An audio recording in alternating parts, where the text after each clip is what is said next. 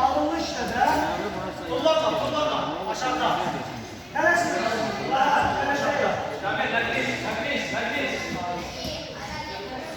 Yere bak baba. Abi kırdak da geç olacak. Kırdak da geç. Otur aşağıdan dön. Rahat aşağıdan göster.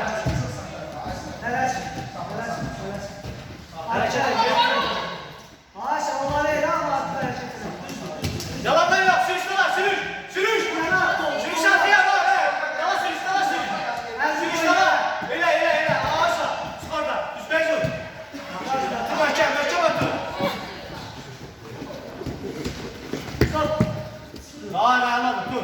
Dala sürüş. Başa üstü. Arka sürüş. Koşalım. Yavaş. Koyma yavaş. Biraz açık çek. Rahat çek. Başını aldır çek. O salçı vereceksin. Kolmak kapalı. Kolmak tutar. Kolmak da salla. Abi düz. Abi sen burada tutan yok. Otur aşağıdan yap. Kırdak da geç. Kaçırdarsın. Yavaş. Bana ben kaç kalanını kes. Gizleye ama ya. Sana da Gizleye. gizleye. Daha kaçalım. Kaç kalanını. Sağdan yok yakından yok. Daha kaçalım. Ay maladır. Daha kaçalım. Düz final. Koyma geçsin. Koyma taş aşağıdan. Fırın dışı. Işık tarafında. O tarafında. Kaç tarafında. Ha. Kal yoktu. Kaç tarafında. Siz üstte kalın. Alttan al. Yanından tutun. Dur. Tempo.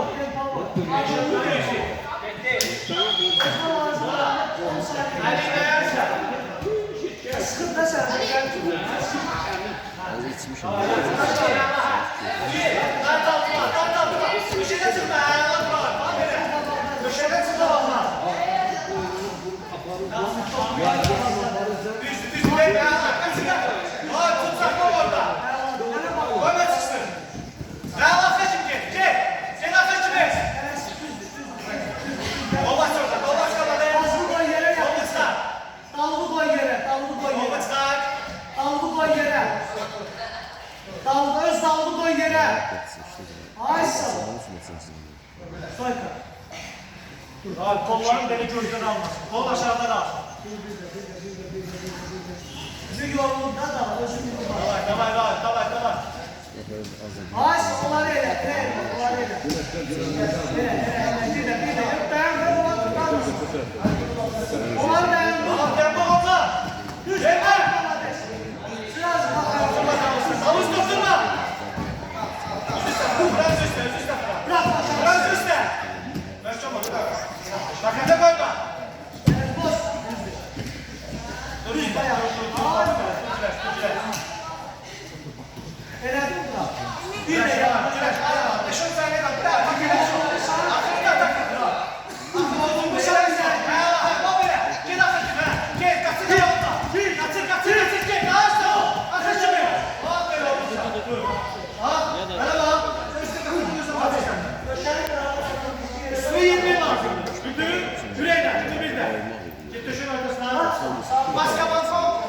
Alın suyu var ha.